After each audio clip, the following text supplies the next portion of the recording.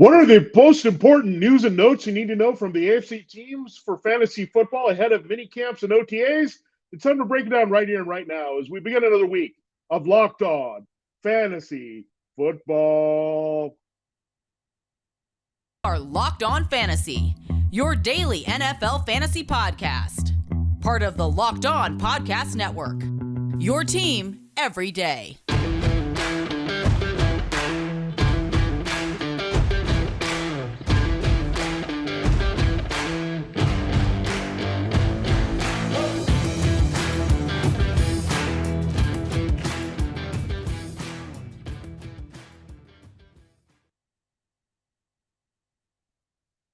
Greetings, everyone, and welcome to another edition of the Locked On Fantasy Football Podcast. As usual, I'm your host, Vinnie Iyer, but I'm not doing this. I'm writing about NFL and fantasy football for sportingnews.com. Come to site, check out what we have leading you into the NFL offseason. It's here. We have mini camps and OTAs here coming up for all the teams across the league here as they settle in and try to get that last good practice session in before taking a break before training camp. So before then, we got to look at the news and notes. A lot of things have happened for these teams here around the draft, post-draft, coming into these organized team activities and those other sessions here as they kind of look at their team as a whole for the first time in 2022. So we'll break that down for you from the AFC. Get the teams there. We'll go in alphabetical order. We'll start in Baltimore and end up in Tennessee. We'll do that with the NFC as well. We'll go to Arizona and then end up in Washington here to give you the latest on what every team is thinking. We'll focus on offense, of course, offensive skill here, in particular for fantasy football and the takeaways you need to know at this stage of the offseason. Today's episode is brought to you by BetOnline. BetOnline, as you cover the season, more props, odds, and lines than ever before. BetOnline, where the game starts. Okay, let's dive right into it, and we'll start with the Ravens, as we've said, in Baltimore. And the big story here is Lamar Jackson.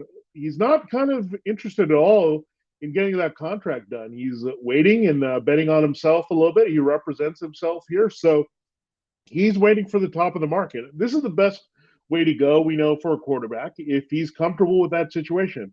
A lot of quarterbacks don't like doing that. We saw Josh Allen get locked up. Then you saw Kyler Murray looking for that same type of deal. He wants his contract now, but Lamar Jackson figures if he has one more good season out there, he's already won an MVP in this league, puts together some good numbers, it'll take care of itself, and he'll be back right there at the top of the quarterback market. While if he gets paid now, it'll be what is in relation to the salaries there, but you want to get paid in relation to the highest salaries based on your time to get paid. So Lamar knows with one big year challenging Patrick Mahomes and being up there with Josh Allen and Justin Herbert and showing that he's an elite quarterback again and having a bounce back season, staying healthy here, which should be the expectation. He's battled COVID-19 issues. Those should be in the past. He's had some other injuries that came and derailed him a bit last year. So, look, Lamar knows he's very talented. He knows he fits really well in this offense. Interesting adjustment he's making. He's going to be motivated here, but losing Marquise Hollywood Brown, Lamar was surprised at first, but I think in the end it's going to play out a little bit better. They added some tight end depth in the draft, and their wide receivers will give a chance for maybe James Prochet or Devin Duvernay to have an impact here. Rashad Bateman playing off Mark Andrews, so they're loaded there, and they also expect to have a stronger running game here with J.K. Dobbins and Gus Edwards being the combination there to complement Lamar Jackson. That should help Jackson's running production as well for fantasy and reality. So everything is lining up well here for Lamar to have a big season. Definitely motivated to stay healthy and put up the big numbers as long as that contract is not there. And it looks like he's in no rush. So that's good. Lamar is in a good mindset. He's not getting frustrated about that. So those are all positive developments in Baltimore. One interesting development here is that Justice Hill, we talked about him maybe being phased out of this offense and not having a chance here. Well, there was a development that happened. They signed Mike Davis. Remember, he had a good year filling in for Christian McCaffrey with the Panthers. Didn't work out so much in the Falcons last year with some feature potential there. It ended up being Cordarrelle Patterson taking that backfield role and being featured there in Atlanta. So now you got Mike Davis in the mix, a swing backup. I think they like his versatility there. J.K. Dobbins has that receiving ability as well as that explosive running ability. Gus Edwards is more kind of a converted fullback type of power runner here. So Mike Davis can give you a little bit of both, insurance policy for both of those backs. So something to monitor if the progress with those backs is a bit slow here. And we know injuries are pretty big. I know it's also been almost a full season by the time we get to training camp here when their injuries went down. So you look at that situation for its backfield, it makes sense that they would get a guy that can plug and play in either role there that Dobbins or Edwards will play, and Mike Davis with some good experience. And I think this is Mike Davis's best role. He's not meant to be a guy that you look at as a 20-touch back. If you need him in a short stretch to do so, that's fine. So notable handcuff thing to watch there in Baltimore. All right, we'll go from Baltimore to Buffalo and the Bills. And looking at their situation here, James Cook was added, and they've talked about him being the sub back. They've said this about 10 times here between the general manager, Brandon Beane, and their new offensive coaching staff here without Brian Dable. So that means change of pace back. That means receiving back here. So that's probably going to come to the work of Devin Singletary. Zach Moss between them, it's going to be an odd man out, and you have Matt Breida there in that catching role. And Cook, we said that he could have a much bigger role in this offense. I think he's way more explosive and more reliable here with fresh legs when you put together the skill sets of Zach Moss and Matt Breida. So he looks like the clear number 2 to Devin Singletary. That's going to cut into Singletary's value. If you're looking at a feature back to catch passes, I don't think that's going to happen as much here. I think James Cook is going to get some opportunities here. It really comes down to training camp, what he can show. Can he hold up in pass protection? We know the Bills are pretty pass-happy offense there with Josh Allen. He's going to have to be able to chip pass rushers and keep his quarterback upright to be trusted in those receiving situations. Otherwise, you'd see Singletary see a little bit more of that action. So looking at James Cook, we'll watch his role, but right now he's just a change of pace, receiving type back, and he's got some upside, though. Dalvin's brother, so you know the pedigree is there. Khalil Shakir, we thought was a really good pick. They're out of Boise State. He's going to start as a number 4 wide receiver for the Bills. That makes a lot of sense with what they have in front. Stephon Diggs, Gabriel Davis, and Jamison Crowder will be the 3 there. So some opportunities for Khalil Shakir. They phased out Emmanuel Sanders here, moved on from him, and clearly they have a pecking order there with Davis next, and then the Crowder replacing Cole Beasley in the slot. So number 4 makes a lot of sense for Khalil Shakir, their other notable offensive skill rookie at wide receiver. All right, we go to tight end, and the Bills have been talked about a little bit with Rob Gronkowski. Would he go back to his hometown to close out his career, chasing another Super Bowl ring? They're a Buffalo native. Or would you see them go in a different direction? Well, they signed Jalen Weidermeyer. I thought this kid was going to be drafted. I think some injury issues scared people away. To me, he was around the 3rd or 4th tight end available in the draft. So they added him after. So don't sleep on Weidermeyer having a potential role here to make the team. But right now, it was a good situation for Dawson Knox at tight end. So when you look at the receiving core overall, you see clearly the number 1 role for Stephon Diggs still. You see Gabriel Davis trying to work himself as a relevant number 2, and then Jamison Crowder and Dawson Knox filling in the short to intermediate routes in the middle of the field. The Bengals, not much has changed there with them. It's still T. Higgins' watch just to make sure that he's healthy going into the season. They didn't really change up their offense too much. It's still going to be what we saw from them last year for the most part. The big change is going to be no C.J. Uzomah at tight end. You're going to have Drew Sample there. They have Hayden Hurst filling in for Uzomah. So pretty much status quo here. They're hoping that Higgins will be fully healthy for training camp, and that is the expectation here. So all quiet is good news for the Bengals. That means Joe Burrow and this offense is locked in. Not expecting too much change. We want some constants in fantasy football, and Cincinnati looks like one of those making transition from 2021 to 2022. All right, another big issue that we're tracking here in this division with quarterbacks in the passing game, Deshaun Watson. There are a lot of things that went down of late, testimony and hearings and things that will help determine the outcome of Deshaun Watson. How much time is he going to miss? If he misses time at all, I would lean towards some kind of suspension or discipline is coming from the league here. So something the Browns are bracing for. They're not going to keep Baker Mayfield as a contingency for that. I think they're keeping Baker because they need to get a trade offer to move his contract. But Jacoby Brissett is the guy that would fill in right now for Deshaun Watson. They're not going to change from that plan. There's no way that Watson and Mayfield go into training camp together here in Cleveland. And another interesting tidbit related to the passing game and Watson, we know where their passing game is solid right now. You have Amari Cooper coming over in the trade from the Cowboys as their number one. Their tight ends are pretty good, led by David Njoku, even without Austin Hooper. Kareem Hunt out of the backfield. Donovan Peoples-Jones is a very intriguing deep threat here that should expand on that role. But in the middle, they're kind of open here without Jarvis Landry. David Bell looks like he might fill that void. We talked about him being a bit of a hybrid of Juju Smith-Schuster and Adam Thielen. Thielen makes sense with Kevin Stefanski's links to the Minnesota offense where he came. But Stefanski's excited about Bell and his potential role out of Purdue. So he likes the Swiss Army knife receiver, inside, outside. That's going to give some versatility there for Amari Cooper. We know he can run inside routes if needed. So that could get David Bell on the field here as one of their top three receivers in 11 personnel. We'll have to see how they work between 11 personnel and 12. Stefanski is used to two tight ends quite a bit, going back to his Minnesota days as well. But there's some things to like about David Bell in this particular offense. Good big target here.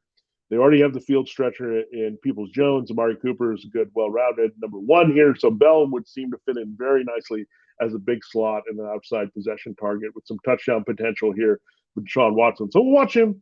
I wouldn't expect too much as a rookie. I still think it's a lot of Amari Cooper, some Njoku from tight end, occasional big plays like Will Fuller was, and from Peoples-Jones there with Watson. But Jacoby Brissett being in there could change things up and rely more on a receiver such as Bell with that big catch radius there to help play off Amari Cooper.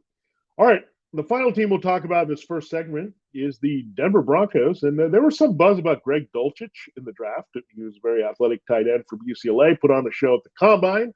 And the Broncos drafted him, essentially replacing Noah Fant, who was involved in the trade to Seattle, involving Russell Wilson coming back to Denver. So people talk about Dulcich. Is there going to be a role for him? It's hard to see that right now. And part of it is we talked about Albert Okwuegbunam and just the way he can play right now at tight end. He filled in very nicely for Noah Fant as a receiver last year. And the other thing you consider is the receiving corps. I mean, Jerry Jeudy still figuring things out. He was cleared there from his arrest, but is there suspension coming? Is there something further to be investigated there? Is his head on right to also go after and really build and try to take full advantage of Russell Wilson being out there? So, and Russell Wilson and tight ends have had a fickle relationship over the years, so that's that. But Dulcich, I would calm down a little bit because Okwuegbunam is still there and can make a lot of plays. And you look at the rest of the receiving corps pretty deep with Tim Patrick and Cortland Sutton along with Jeudy right now in Denver for Russell Wilson. All right, there you have it. There's a look at 5 of the AFC teams. We'll get to 11 more here as we break down the news and notes and what that means for fantasy football here from all 16 teams.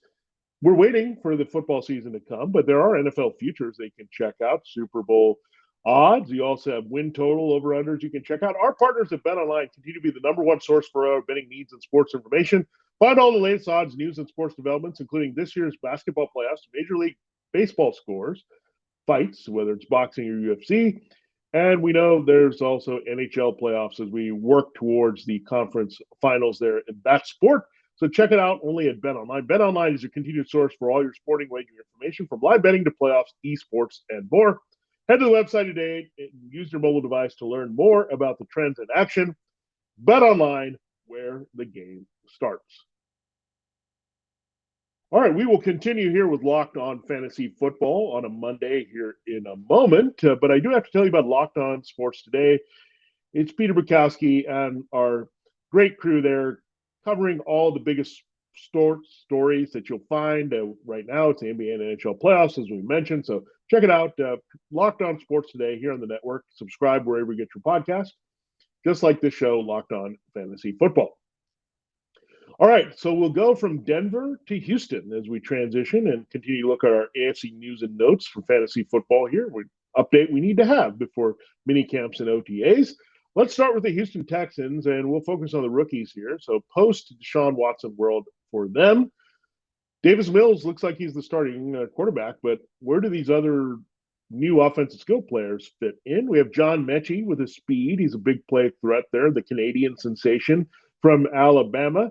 You look at the receiving core right now, you'd figure it's Nico Collins, Brandon Cooks, and Chris Conley in some order there starting, and the Cooks having the best slot versatility of those three. Collins or Conley could be used as a bigger slot there. So you look at that. Mechie is a field stretcher outside. So They seem like they're going to work him into the offense slowly, even though Davis Mills has a big arm and Mechie has that skill set to stretch the field. I don't think you're going to see much of Mechie on the field, especially coming off the knee injury there. So, again, temper expectations there. Also, Damian Pierce had a lot of buzz. They're the running back they added, but they also added veterans Marlon Mack and have Rex Burkhead in the mix. So I'm not sure what you're going to get from this Texans backfield again. Remember, it was pulling teeth trying to get something out of Burkhead late last season with the David Johnson mess from early and Philip Lindsay and Mark Ingram. So it looks like it's a similar mess, only with lesser names here for the Texans in 2022. Next up is the Indianapolis Colts. They also drafted a rookie named Alec Pierce, and he's going to be locked and loaded. He signed his contract as a rookie. They also have Jelani Woods, who they invested pretty highly at tight end, losing Jack Doyle to retirement. So Jelani Woods will be brought along opposite Mo Alley-Cox. You have Alec Pierce having the influence of Michael Pittman Jr. there, kind of interchangeable, big type of targets. So Pierce has more blinding speed to play on the outside, while I think Pittman is better suited for big slot duties, but also on the outside. Paris Campbell, related to that, looks quick and fast, fully healthy, 100% here. So Campbell's going to have a regular role as they try to replace T.Y. Hilton as well. So remember, Zach Pascal gone, T.Y. Hilton. So they're trying to remix this wide receiver core, playing off the strengths of Michael Pittman Jr., fitting in with what more Matt Ryan and the quarterback that is on the radar here for them to decide, Nick Foles, can throw to here. So get some downfield threats. Campbell has a lot of quickness. Pierce has a lot of speed. Pittman has a little bit of both there with his number one attributes. So Jelani Woods, also a very good athlete there. It's a little bit less pedestrian there than Jack Doyle playing off Mo Alley-Cox. So some dynamic weapons there for sure that they're lining up for the Colts, whether it's Matt Ryan or potential newcomer quarterback coming up, Nick Foles, who we know has a great history with Frank Reich and that offensive scheme. Also, for the Colts, they also added Philip Lindsay. We talked about Marlon Mack going to Houston. Well, they needed a replacement for Marlon Mack, an early down type back here to spell Jonathan Taylor. They already have Naeem Hines to work on the receiving role when needed. So no Marlon Mack, no Jordan Wilkins. So Philip Lindsay makes sense to fill that gap because he's a hybrid of both of those players. And the nice swing backup there for the skill sets of Taylor and Hines. And the biggest thing with Hines is I think they're going to involve their backs more in the passing game. Check downs here with Matt Ryan, the arm strength, playing off those guys. So a little bit more work for Hines, maybe a little less work for Taylor. But Taylor's still the man as a dominant feature back for this team. Lindsay just now down to swing backup, but yet another team for him, bouncing around from Denver, went from Denver to Houston to Miami, and now is on Indianapolis here in the limited backup role. And part of it is just the undersized nature of his frame is going to keep him from seeing big touches in any offense going forward, despite his 1,000-yard pedigree from the Broncos. All right, let's go to the Jaguars, and not much going on with their offense. We're still trying to figure out what they're going to do with their three receivers, how they get on the same page, the three new targets, specifically Christian Kirk, Zay Jones, and Evan Ingram at tight end. When you look at the offense, that's the main question. But when you look at the defense, what are they going to do with Trayvon Walker? We thought he might play a 3-4 end type role for them, but it looks like he's going to line up at strong side linebacker. So that gives him a little bit more juice as a rookie, an outside linebacker playing opposite the other Josh Allen there in the Jacksonville pass rush. So K'Von Chaisson, they're not trying to give him a chance there. So I thought they needed help up front in 3-4, but clearly they're thinking that Walker has the athleticism to play on the second level versus in front of their three-man front. All right, let's go to the Chiefs here, and they invested quite a bit at wide receiver. We know they brought in Juju Smith-Schuster and Marquez Valdes-Scantling. They saw Marcus Robinson, Byron Pringle, and that blockbuster Tyreek Hill trade happened to change things up dramatically here. Sammy Watkins, they could have brought back, but he ended up with the Packers from being 1 year away from the Chiefs.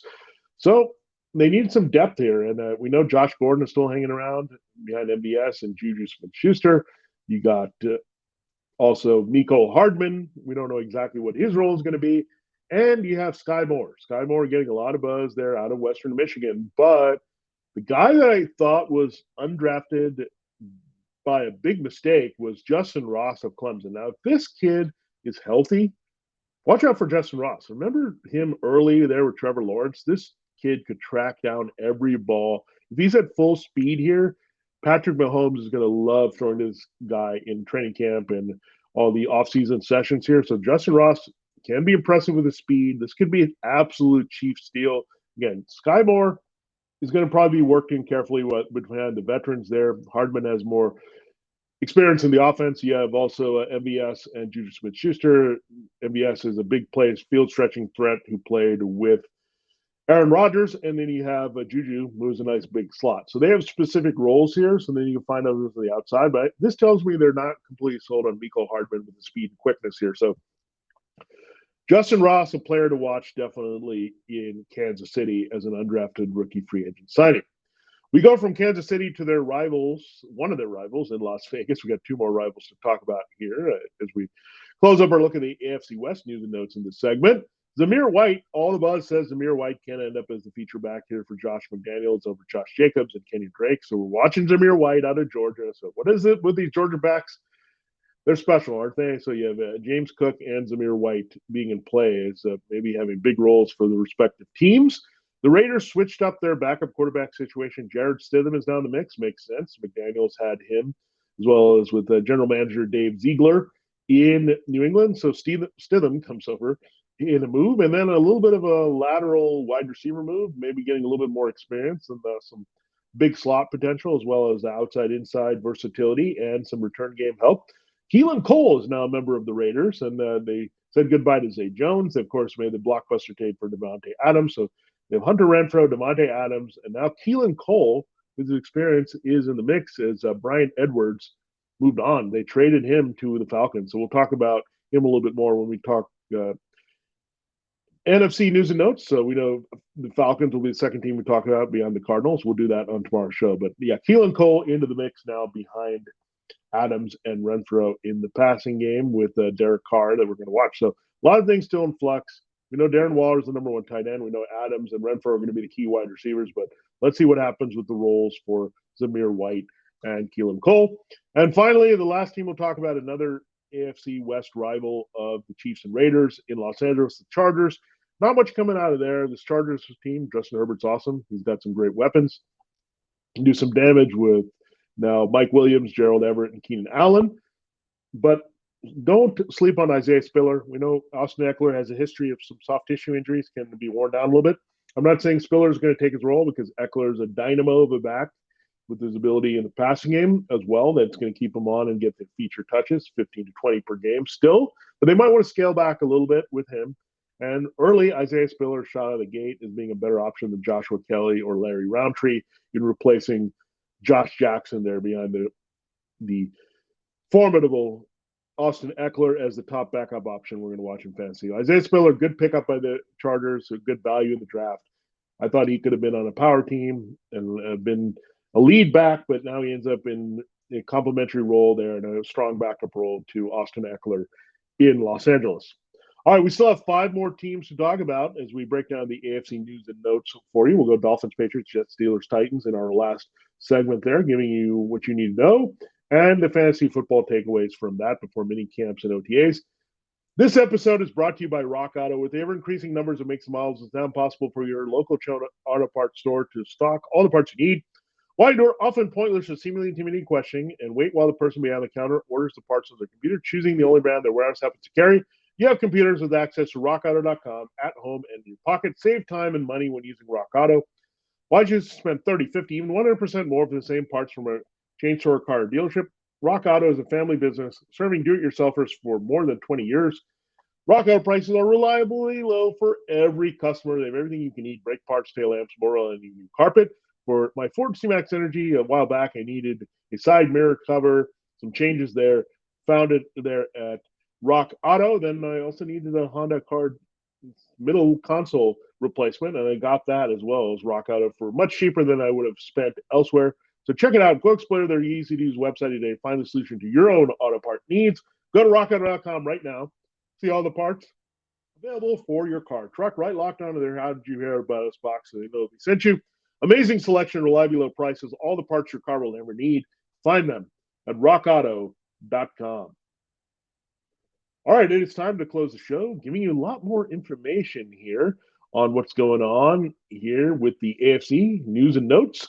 We're up to the Miami Dolphins and looking at what's going on with them. Tua Tagovailoa, there's a lot of high expectations for him, that he's working well in this new offense. A lot of buzz here working with Mike McDaniel, that it's a little bit more contained. They keep preaching that they're not going to have any limitations with his arm. They believe in his arm to get the ball downfield as needed and stretching the field to his speedy receivers now, Tyreek Hill and Jalen Waddle. So that's going to be the big debate. That's going to be the determining factor if Tua Tagovailoa is going to be long for the Dolphins as their starting quarterback. He has to get the ball down the field for them for big plays here without limitations, or it's going to get ugly. And he does have to have good accuracy there. So that's the thing we're going to look for most if we're going to trust in Tua. Now, we're not sure if we can trust the Dolphins' backfield at this point. I said Chase Edmonds was a good value here, mainly because you have Raheem Mostert coming off a major knee injury, hard to stay healthy there. They have some optimism with him, but again, there's a little bit of personal bias there with Mike McDaniel carrying over for a player he likes from the 49ers. They also added Sonny Michel in the mix here to get some touches. So you have Michel with Mostert. So this is actually good news for Chase Edmonds. Michel tells you they need a little bit of a power back. Michel doesn't have the same receiving skills that Chase Edmonds has. So Edmonds is probably going to cancel out Myles Gaskin. So it's the end of the Myles Gaskin probably experiment there in Miami. He's had some good numbers, reality and fantasy football-wise, but new coaching staff, new style of running game, not the same type of combination here. So they've said the backfield is wide open here between Edmonds, Michel, Mostert, and Gaskin. My feeling is still with Edmonds. They've signed him aggressively in free agency. You look at his style of play. He's a guy that fits this offense well with his versatility, zone blocking, running. Michel is a hard guy to stay healthy. He's been bouncing around. Mostert is a hard guy to trust as well. So, again, I still think it favors Chase Edmonds at this very moment. We go from Miami to another team in the AFC East, New England. They have an offensive coordinator problem right now. It's hard to believe that they have Joe Judge and Matt Patricia back. This is kind of a classic Patriots thing, right? They have two of the guys that didn't do well as head coaches. Joe Judge didn't get a long time with the Giants. Same thing with Matt Patricia and the Lions. So they end up in what was their old specialties here? Joe Judge was on special teams. Matt Patricia was on defense. Now you lose Josh McDaniel. Bill Belichick must not, or Josh McDaniels, I should say, but there's not a lot of trust here, I guess, in other guys coming up to take control of the play calling, especially when you have two guys, special teams and defense, or what they were calling and helping Belichick with. So I don't know if Steve Belichick is going to take a bigger role with the defense, and he's already kind of the de facto defensive coordinator, maybe the heir apparent now if McDaniel's gone.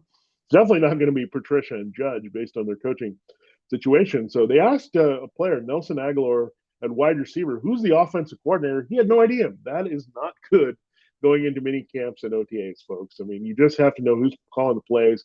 A little bit of disarray after the McDaniels era here. So McDaniels, those guys are going to hurt their teams more than you think. Kyle Shanahan and Bill Belichick losing those guys here calling the plays. So again, post McDaniels world is not that great for Mac Jones. He's making the most of it. He's a veteran QB, played well in Alabama. He's been in different offensive schemes before. But Mac Jones has had a pretty good offseason overall. They did get Devontae Parker for him, so I don't know if that's a major upgrade, really. It's a better option than N'Keal Harry, but they already had Kendrick Bourne and Aguilar and Jacoby Myers and the two tight ends. So I'm not sure that does too much to move the needle on Mac Jones and his ceiling here. I still think best options are Jacoby Myers working the slot as potential wide receiver 3 and Hunter Henry still being the better tight end option between him and Jonnu Smith. Now, we have a little bit more clarity about why they drafted Pierre Strong. He is kind of a contingency for James White. White has some injury issues. Long term, James White probably doesn't have much left in the tank as that classic receiving back, going back to Kevin Falk in those days here. So he's a contingency, Pierre Strong. He's not a guy that's going to compete with Ramondre Stevenson or Damian Harris there. They also added another back there, Kevin Harris, but again, he's just a guy. I don't know if he can make the team. Pierre Strong, earmarked for a clear role, the heir apparent for James White here in that offense in New England. They also have an intriguing player, D'Eriq King. He's the quarterback at Miami.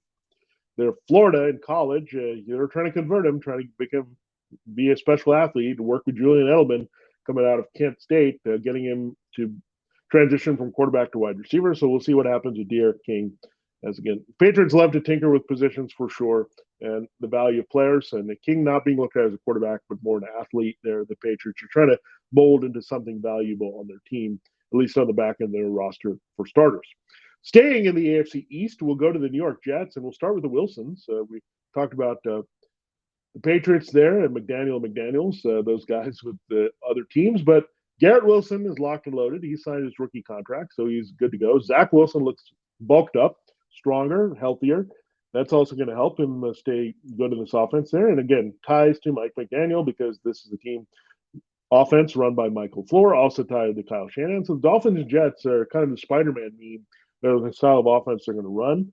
And you have three legitimate receivers now. Garrett Wilson clearly going to start opposite Corey Davis with Elijah Moore sliding in slot, Braxton Berrios providing some return game pop as well as some slot contingency there for the Jets. So pretty deep there overall. There are wide receiver with Berrios in number 4 role. We also look at the backfield, and the plan seems to be pretty clear that Breece Hall and Michael Carter are going to split this pretty evenly here. And Breece Hall will maybe get a few more touches. He's a higher drafted and more talented than two players, but Carter is going to have some room as a change of pace. So maybe the hot hand approach, but I think there's going to be plenty of carries to go around. I don't think they want to wear down both these backs here early. And one guy may pull away from the other. If it's anyone, I think it's Breece Hall versus Michael Carter, but something to watch there with the Jets here in this running game. So running game, passing game, very intriguing with the Jets, and Zach Wilson still stands out as a potential fantasy sleeper. You missed that show, he was definitely on there as a guy that is undervalued and underrated right now, according to the expert consensus rankings as we go into late May and June.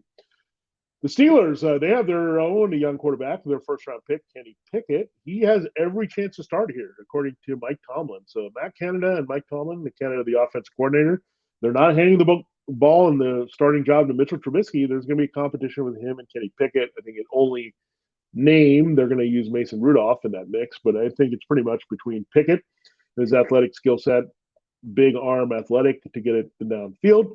And then you look at Mitchell Trubisky, also pretty big arm. The accuracy is going to be the key here. So the Pickett can be the more active quarterback, show a little bit more moxie and it factor here. He'll win the job of Trubisky, but if there's some growing pains and Pickett is struggling to complete passes and struggling with the short to intermediate part of the game and not as kind of aggressive to run, then they'll go with Mitchell Trubisky. So it's going to be pretty close. It's going to be the training camp battle to watch here everywhere in the NFL, especially at quarterback. And finally, let's close looking at the Titans here. And Treylon Burks is tagged for a big role, but don't sleep on Nick Westbrook-Ikhine here. He's getting some reps here as Robert Woods is on the rehab mend, coming over from a new team, Rams to the Titans, so something to watch there. So we'll see what happens with Woods, Burks, and Westbrook-Ikhine. I just don't have a lot of confidence right now with this passing game, Ryan Tannehill, and the way the Titans ended in that Bengals playoff game. It's just a little bit concerning there. So we're going to definitely be buyer beware a little bit with the Titans passing game this year. Treylon Burks, I like the concept of Treylon Burks. They need to really fill the void of A.J. Brown. They drafted him there to replace A.J. Brown immediately there when they made that trade with the Eagles. So there's all that playing in this.